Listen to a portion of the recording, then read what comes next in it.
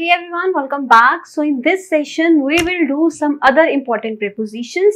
Previous videos में जितने भी prepositions किए अभी तक आपको समझ आ गए होंगे, right? तो अब हम start करेंगे some other important prepositions. अब मुझे बताइए, हमने एक preposition किया था into. into का यूज हम लोग कब करते हैं? जब भी outside to inside मोशन दिखाना हो, जब भी हमें फिजिकल मूवमेंट एक्सप्रेस करना हो, उसके लिए हम लोग किसका यूज करते हैं? इनटू का.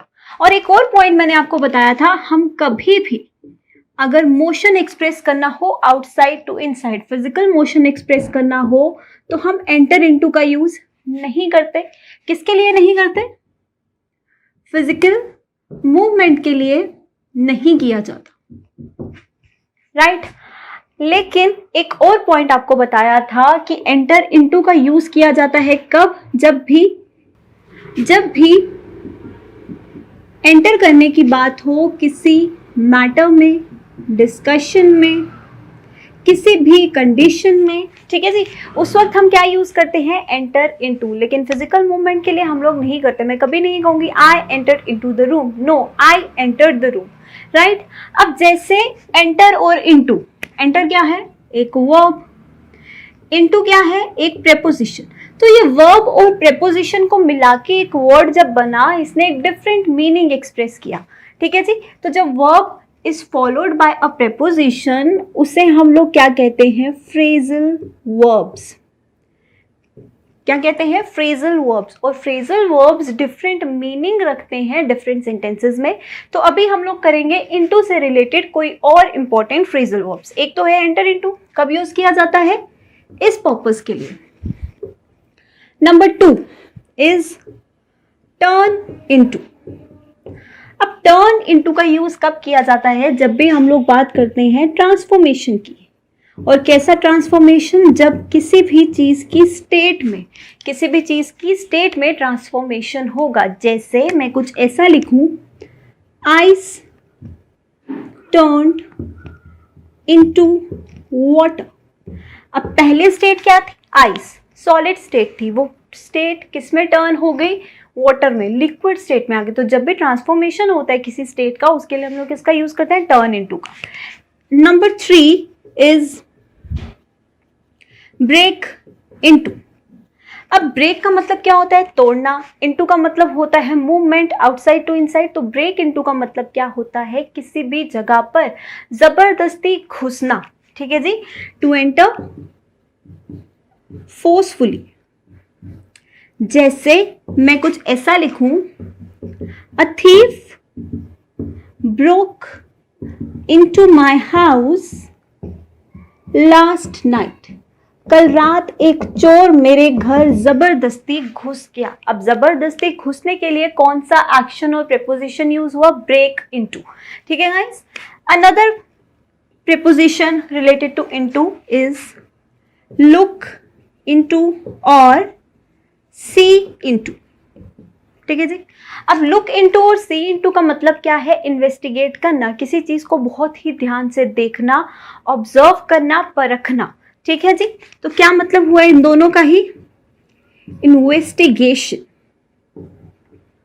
या फिर आप डीपली ऑब्जर्व भी कह सकते हो. जैसे police looked into this case, ठीक है जी. Police looked into this case, that means police ने इस केस को थॉरली इन्वेस्टिगेट किया. लुक इनटू या मैं सी इनटू भी लिखूं, दोनों का ही मीनिंग सेम है. सो ये है कुछ important phrasal verbs related to preposition into. अब हम करेंगे some other important phrasal verbs. The next prepositions across and through. अब अक्रॉस और थ्रू को कब यूज किया जाता है, इसको समझते हैं हम एक एग्जाम्पल के साथ.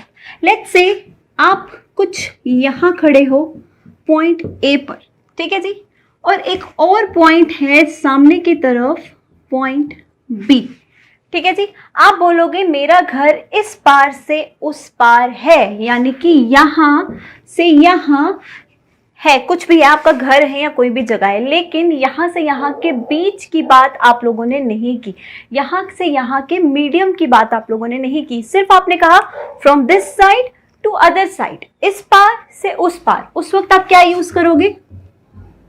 अक्रॉस। कब यूज करेंगे?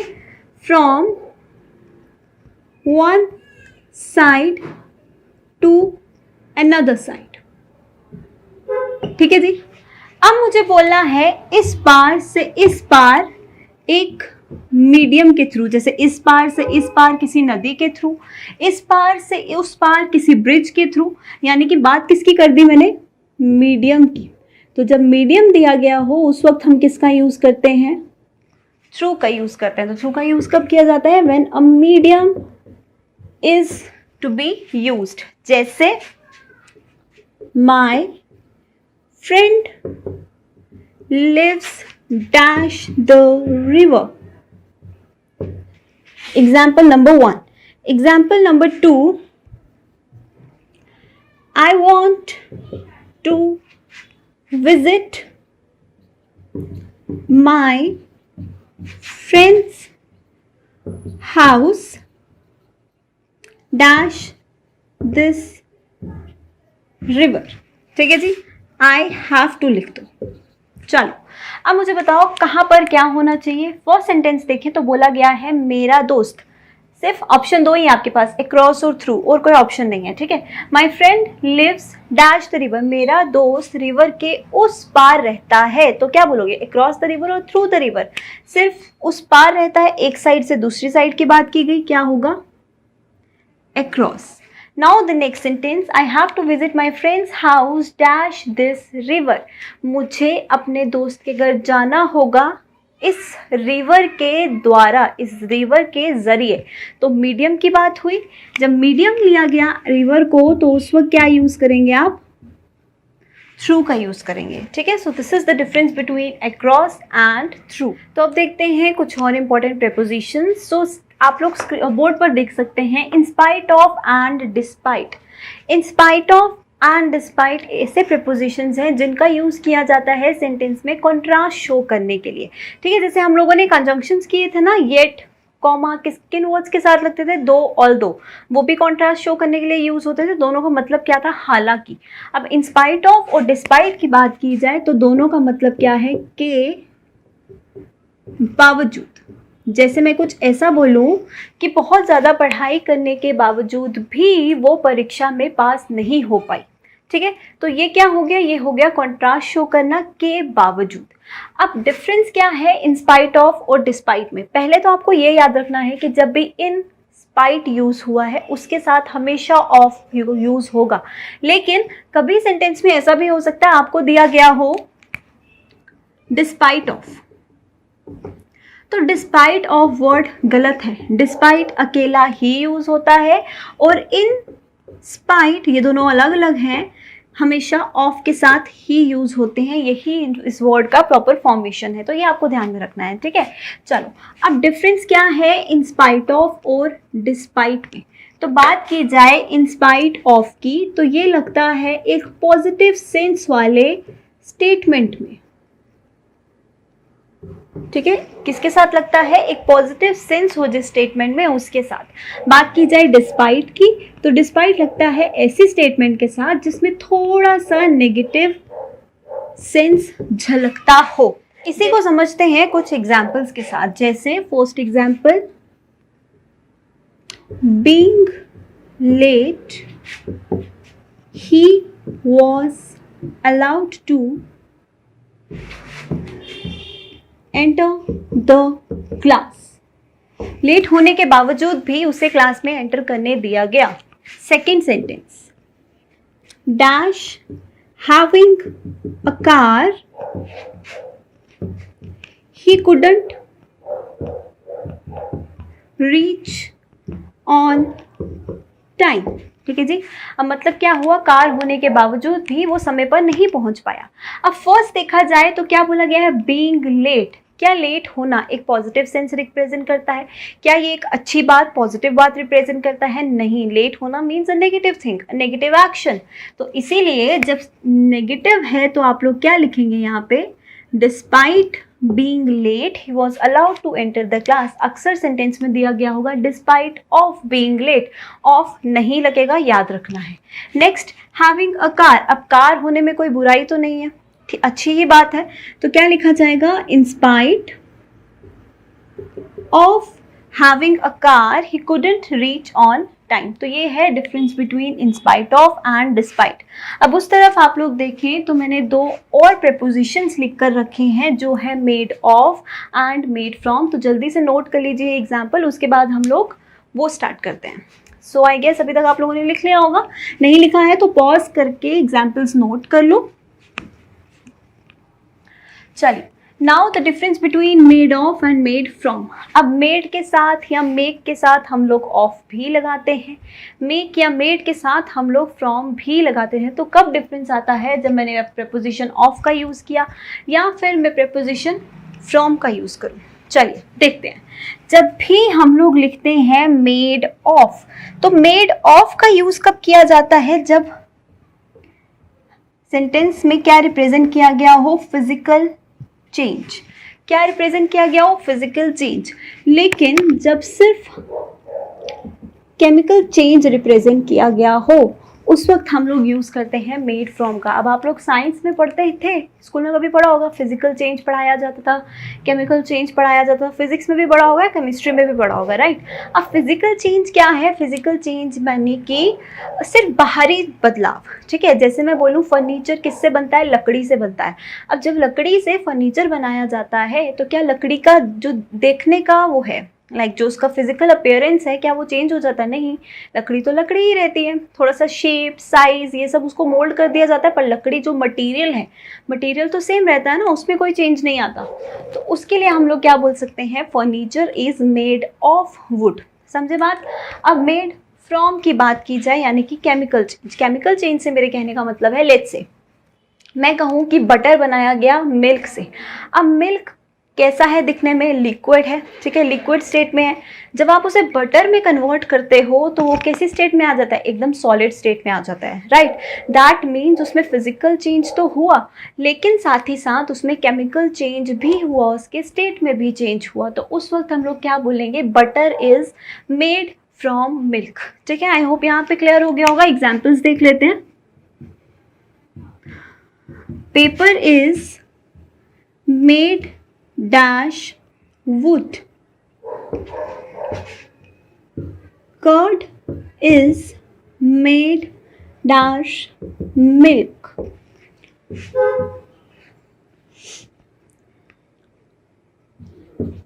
ornaments are made dash gold, ठीक है जी। सो ये है 3 एग्जाम्पल, जल्दी से देखिए। अब पेपर वुड से बना है, पेपर दिखने में कैसा होता है आप लोगों को पता है। अब जब वुड को देखा जाए तो वुड और पेपर का फिजिकल अपीयरेंस सेम है, बिल्कुल भी सेम नहीं है। तो जब फिजिकल अपीयरेंस सेम नहीं है, सिर्फ फिजिकल चेंज नहीं है, उस वक्त हम लोग क्या यूज़ करेंगे, फ्रॉम का यूज़ करेंगे, राइट। मेड फ्रॉम आएगा। अब कर्ड और मिल्क की बात की जाए, मिल्क को जब हम कर्ड में कन्वर्ट करते हैं, ऑब्वियसली उसमें केमिकल चेंज आता है। तो जब केमिकल चेंज आ रहा है तो उस वक्त भी क्या होगा, फ्रॉम का ही यूज होगा। अब थर्ड सेंटेंस देखें, ornaments are made dash gold. अच्छा, गोल्ड दिखने में कैसा होता है, येलो सॉलिड एक मेटल है। जब उससे ऑर्नामेंट्स बनते हैं तो यस, उसको में थोड़ा सा फिजिकल चेंज तो होता है, लेकिन क्या जो गोल्ड का एक्चुअल स्टेट है वो चेंज हो जाता है, नहीं होता। गोल्ड तो गोल्ड ही रहता है, उसमें जो भी फॉर्मेशन उसका है वो वैसा ही रहता है, सिर्फ उसमें फिजिकल चेंज आता है। हम उसको मोल्ड कर डिजाइनिंग कर कुछ और आउटपुट्स या डिजाइंस बनाते हैं, है ना। तो इसीलिए हम लोग यहाँ क्या यूज करेंगे, ऑफ यूज करेंगे, ठीक है गाइस। तो यही डिफरेंस है मेड ऑफ और मेड फ्रॉम के बीच का। तो चलिए आप समझते हैं कुछ और इंपॉर्टेंट प्रीपोजिशंस। तो जैसे कि आप लोग बोर्ड पे देख सकते हो, first one is improvement in, other one is improvement on. ये भी एक फ्रेजल वर्ब है। हम इम्प्रूवमेंट इन भी बोलते हैं, हम इम्प्रूवमेंट ऑन भी बोलते हैं। क्या कुछ डिफरेंस है, बिल्कुल है। नेक्स्ट देखो तो लिखा गया है कंपेयर्ड विद। कंपेयर का मतलब तुलना करना, कंपेयर्ड टू भी बोला गया है। तो क्या कोई डिफरेंस है, कंपेयर्ड विद यूज करें या कंपेयर्ड टू यूज करें। तो जब भी प्रीपोजिशंस के साथ, कुछ पर्टिकुलर प्रीपोजिशंस के साथ जब डिफरेंट प्रीपोजिशंस का यूज किया जाता है तो उसके यूज में भी थोड़ा सा डिफरेंस आता है। अब वो डिफरेंस क्या है, चलो समझते हैं। पहले दिया गया है इम्प्रूवमेंट इन, तो इम्प्रूवमेंट इन का यूज तब किया जाता है जब किसी ओनली वन थिंग, ठीक है, किसी एक ही चीज में क्या हो, इम्प्रूवमेंट हो। समझ रहे हो बात।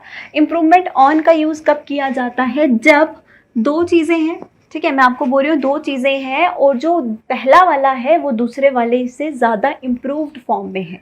ठीक है, दो है लेकिन जो पहला वाला है वो इम्प्रूव्ड फॉर्म में है, letter one is in improved form. तो उस वक्त हम लोग किसका यूज करते हैं, इम्प्रूवमेंट ऑन का, व्हेन लेटर गोज बेटर। अब समझते हैं कुछ एग्जाम्पल्स के साथ। जैसे मैं कुछ ऐसा लिखूं, there is an improvement, blank his health. Sentence number 1, sentence number 2, today's price is an improvement dash yesterday's price। ठीक है जी। अब फर्स्ट सेंटेंस में किसके ऊपर इंप्रूवमेंट है, एक ही चीज पर इंप्रूवमेंट है। वो किस पर है, किसी पर्सन की हेल्थ पर। एक ही चीज में इंप्रूवमेंट हो रही है, सिर्फ हेल्थ पर, तो यहाँ पर क्या होना चाहिए, इंप्रूवमेंट इन। नेक्स्ट में देखा जाए तो नेक्स्ट में बोला गया है कि जो आज का प्राइस है वो कल के प्राइस से इम्प्रूव्ड है। आज के प्राइस में कल के प्राइस से इम्प्रूवमेंट दिखाया गया है, यानी जो पहले अब हुआ है उससे, वो बाद वाले से, पुराने वाले से थोड़ा सा इम्प्रूव्ड है। तो उस वक्त हम किसका यूज करेंगे, इम्प्रूव्ड ऑन का, क्योंकि कंपैरिजन में एक से ज्यादा बताया गया है। तो this is the difference between improvement in and improvement on. ठीक है गाइस, अब है another words compared with and compared to. So let's see the difference. So बात करें अगर हम कंपेयर की, तो कंपेयर को जैसे कि मैंने बताया तुलना करने के लिए यूज किया जाता है। तो कंपेयर विद का यूज कब किया जाता है, जब हम सिमिलर कैटेगरी की थिंग्स को, नाउन्स को या पर्सन्स को कंपेयर कर रहे हैं। ठीक है। कंपेयर्ड टू का यूज कब किया जाता है, जब डिफरेंट कैटेगरी के नाउन्स या प्रोनाउंस को कंपेयर किया जाए। जैसे मैं कुछ ऐसा लिखूं, Shakespeare's poetry is compared to और विथ कालिदास पोइट्री। ठीक है जी। Number 2, anger is compared to और with fire. You have two options to fill this blanks, और ऑप्शंस क्या है, विथ या फिर टू। फर्स्ट वन देखा जाए तो क्या बोला गया है, शेक्सपियर की पोइट्रीज को किससे कंपेयर किया जाता था, कालिदास की पोइट्री से कंपेयर किया जाता था। हम लोग अक्सर बोलते हैं Kalidas is the Shakespeare of India, यही बोला जाता है क्योंकि उनकी पोइट्रीज में कंपैरिजन था। अब उनकी भी पोइट्री है, दूसरे पर्सन की भी पोइट्री है, सेम कैटेगरी हो गई, तो उस वक्त क्या लिखेंगे हम लोग, कंपेयर्ड विद। अब देखा जाए तो नेक्स्ट में किस किस का कंपेयर हो रहा है, एंगर का कंपेयर फायर के साथ। हम अक्सर अपने गुस्से को हीट से कंपेयर करते हैं, राइट।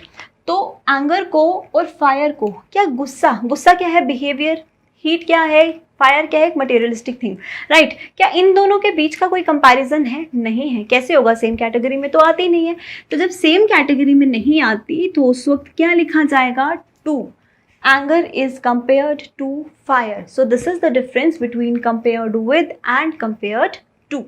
So next prepositions हैं accused of and accused by, and other one die of, die from. तो सबसे पहले तो हम लोग accuse से related prepositions करेंगे। तो accuse का मतलब क्या होता है, accuse उस पर्सन को बोला जाता है जिस पर कोई चार्ज लगा हो, ठीक है, जिस पर कोई भी चीज का इल्जाम लगा हो, ब्लेम हो किसी चीज का, उसे बोला जाता है एक्यूज।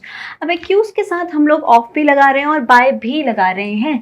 तो एक्यूज्ड ऑफ का कब यूज किया जाता है, जब भी हम बात करते हैं किसी क्राइम की, ठीक है। जैसे मैं बोलूँ you are accused of theft, तो तुम पर किस चीज का इल्जाम लगा है, थेफ्ट का, ठीक है जी। तो जब क्राइम लिखा हो, जो भी क्राइम किया गया है उसको लिखने के लिए हम क्या लगाते हैं, एक्यूज्ड ऑफ। एक्यूज्ड बाय का यूज तब किया जाता है जब, अब मैंने तुमको बोला you are accused of theft, लेकिन ये इल्जाम तुम पे कौन लगा रहा है, किसने ये इल्जाम लगाया, मैंने, तो यू आर एक्यूज्ड बाय मी। तो जो भी पर्सन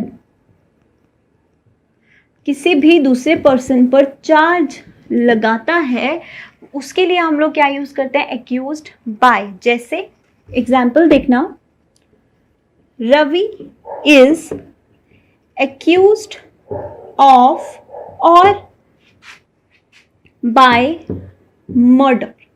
ठीक है जी, this is sentence number 1। Sentence number 2, Ravi is accused of और बाय हिज ब्रदर। तो क्या आना चाहिए फर्स्ट वन में, रवि इज एक्यूज्ड ऑफ और बाय मर्डर। अब मर्डर क्या है, एक क्राइम, तो जब क्राइम दिया गया है तो एक्यूज्ड ऑफ का यूज करेंगे, right. Now Ravi is accused of और बाय हिज ब्रदर। रवि पे किसने इल्जाम लगाया, उसके ब्रदर ने। तो जब पर्सन दिया गया है उस वक्त हम लोग क्या लगाएंगे, बाय लगाएंगे। यही डिफरेंस है एक्यूज्ड ऑफ और एक्यूज्ड बाय के बीच का। अब नेक्स्ट देखते हैं, नेक्स्ट है die of and die from. अब डाई का मतलब क्या है, मरना, ठीक है, डेथ होना। अब डाई ऑफ भी होगा, डाई फ्रॉम भी होगा, और ये दोनों ही यूज होते हैं डेथ का रीजन बताने के लिए कि किसी भी पर्सन की डेथ का रीजन क्या था। ठीक है जी। अब डाई ऑफ हम तब यूज करते हैं जब डेथ हुआ हो, किस रीजन की वजह से, किसी डिजीज की वजह से। जब कोई किसी बीमारी से मर गया है, भूख से मर गया है, जिसे मैं बोलूँ स्टार्वेशन या हंगर से मर गया है, या फिर प्यास से मर गया है, दैट मीन्स थर्स्ट से किसी का डेथ हुआ है, उस वक्त हम क्या यूज करते हैं, डाई ऑफ। बात की जाए डाई फ्रॉम की, तो डाई फ्रॉम का यूज कब किया जाता है, जब कोई फिजिकल इंजरी की वजह से मरता है। ठीक है, physical injury, physical injury as in किसी का एक्सीडेंट हो गया है, किसी को कोई चोट लग गई है, वुंड है, इंजरी है, तो उससे किसी के डेथ होने के लिए हम लोग किस से रीजन एक्सप्रेस करते हैं, डाई फ्रॉम से एक्सप्रेस करते हैं। ठीक है, अब इन शॉर्ट अगर मैं आप लोगों को बताऊं तो डाई ऑफ का यूज तब किया जाता है जब डेथ का रीजन काइंड ऑफ नेचुरल हो, बॉडी के इंटरनल इश्यूज की वजह से हो। अब डाई फ्रॉम का यूज कब किया जाता है, जब फिजिकली आपको चोट लग जाए, ठीक है, फिजिकली एक्सीडेंट हो जाए, तो फिजिकल बॉडी में ही चोट होगी, तो उसकी वजह से डाई फ्रॉम का यूज होगा। जैसे मैं कुछ ऐसा लिखूं, हिज मदर डाइड ऑफ और from cancer. This is your first option. Second one, his mother died of और from an injury in her head. ठीक है जी, या फिर मैं इंजरी इन हर हेड की जगह एक्सीडेंट भी लिख दूं। तो first one is his mother died of और फ्रॉम कैंसर। अब कैंसर की वजह से मौत हो रही है, कैंसर यानी कि डिजीज की वजह से, तो किसका यूज होगा, डाई ऑफ का। Next one, his mother died of और from an injury in his head, in her head. अब चोट लगने की वजह से डेथ हो रही है, तो किसका यूज होगा, डाइड फ्रॉम का। अब इसकी जगह मैं एक्सीडेंट लिख देती, वुंड लिख देती, इंजरी लिख देती, एक ही मतलब होता, हर केस में डाई फ्रॉम ही आता। ठीक है जी, तो ये है difference. Now you can see on your screens, आपको कुछ वर्ड्स दिखाई दे रहे हैं। ठीक है, अब ये जो वर्ड्स आप लोगों को दिखाई दे रहे हैं, इन्हें हम लोग कहते हैं फिक्स्ड प्रेपोजिशंस। फिक्स्ड प्रेपोजिशंस भी कह सकते हो या फिर फिक्स्ड फ्रेजल वर्ब्स भी कह सकते हो। जैसे मैं बोलूँ word afraid, afraid is always followed by a fixed preposition, afraid of. Afraid के बाद अगर कोई प्रेपोजिशन लगेगा तो वो हमेशा ऑफ ही होगा। अवेयर के बाद भी ऑफ ही लगेगा, प्रेफर के बाद हमेशा ही टू लगेगा। तो ये सब वर्ड्स आप लोग नोट कर लीजिए, ये फिक्स्ड प्रेपोजिशंस हैं। इन वर्ब्स के बाद यही प्रेपोजिशंस का यूज़ किया जाता है। इनके अलावा अगर आपको इनके साथ कोई और प्रेपोजिशन सेंटेंस में दिखे तो वो गलत होगा। ठीक है, तो ये रूल भी आप लोग नोट कर लीजिए। नेक्स्ट रूल आपको स्क्रीन पर दिख रहा है, जिसमें लिखा गया है कि जब ऐसे वर्ड्स एक सेंटेंस में यूज़ हों, जैसे this, that, next, every in words का यूज़ किया जाए, लास्ट इन वर्ड्स का यूज़ जब एक सेंटेंस में किया जाए किसी भी टाइम को रिप्रेजेंट करने के लिए, किसी टाइम बेस्ड सिचुएशन को रिप्रेजेंट करने के लिए, उस वक्त हम लोग इनके साथ प्रेपोजिशन का यूज़ नहीं करते हैं, कभी भी प्रेपोजिशन का यूज़ नहीं किया जाता। जैसे मैं कुछ ऐसा लिखूं, I will come on next Monday, ठीक है जी। अब आप लोग देख रहे हो मैंने इस सेंटेंस में क्या लिखा है, नेक्स्ट। नेक्स्ट क्या वर्ड है जो आने वाले समय को, टाइम को रिप्रेजेंट कर रहा है, कौन सा टाइम, मंडे को। तो मैं एक और ऐसा वर्ड क्यों लगाऊं जो इसी टाइम को रिप्रेजेंट कर रहा है, ज़रूरत नहीं है ना। तो दैट मीन्स आपको यहाँ से ऑन को ओमिट करना पड़ेगा। तो करेक्ट सेंटेंस क्या होगा, I will come next Monday, ठीक है। यहाँ पर जब ऐसे वर्ड्स दिए गए हों तो एट, ऑन, इन, ये सारे वर्ड्स आप लोग नहीं यूज़ करते हो। इन वर्ड्स के साथ प्रेपोजिशंस का यूज़ नहीं किया जाता, ठीक है। तो यही रूल है। सो इसी के साथ ख़त्म होता है प्रेपोजिशंस। अगर पोजीशन बेस्ड प्रेपोजिशंस में अभी भी किसी को डाउट है तो एक चार्ट आप लोगों के स्क्रीन पर दिख रहा है जिसमें एक पिक्चर के फॉर्म में डिफरेंट पोजीशंस एंड प्रेपोजिशंस को एक्सप्रेस किया गया है। सो आई रियली होप ये चार्ट देखकर आप लोगों को क्लियर हो जाए कि किस तरह की पोजीशन के लिए आप लोग किस तरह का प्रेपोजिशन यूज़ करते हैं, ठीक है guys. So good luck, thank you very much.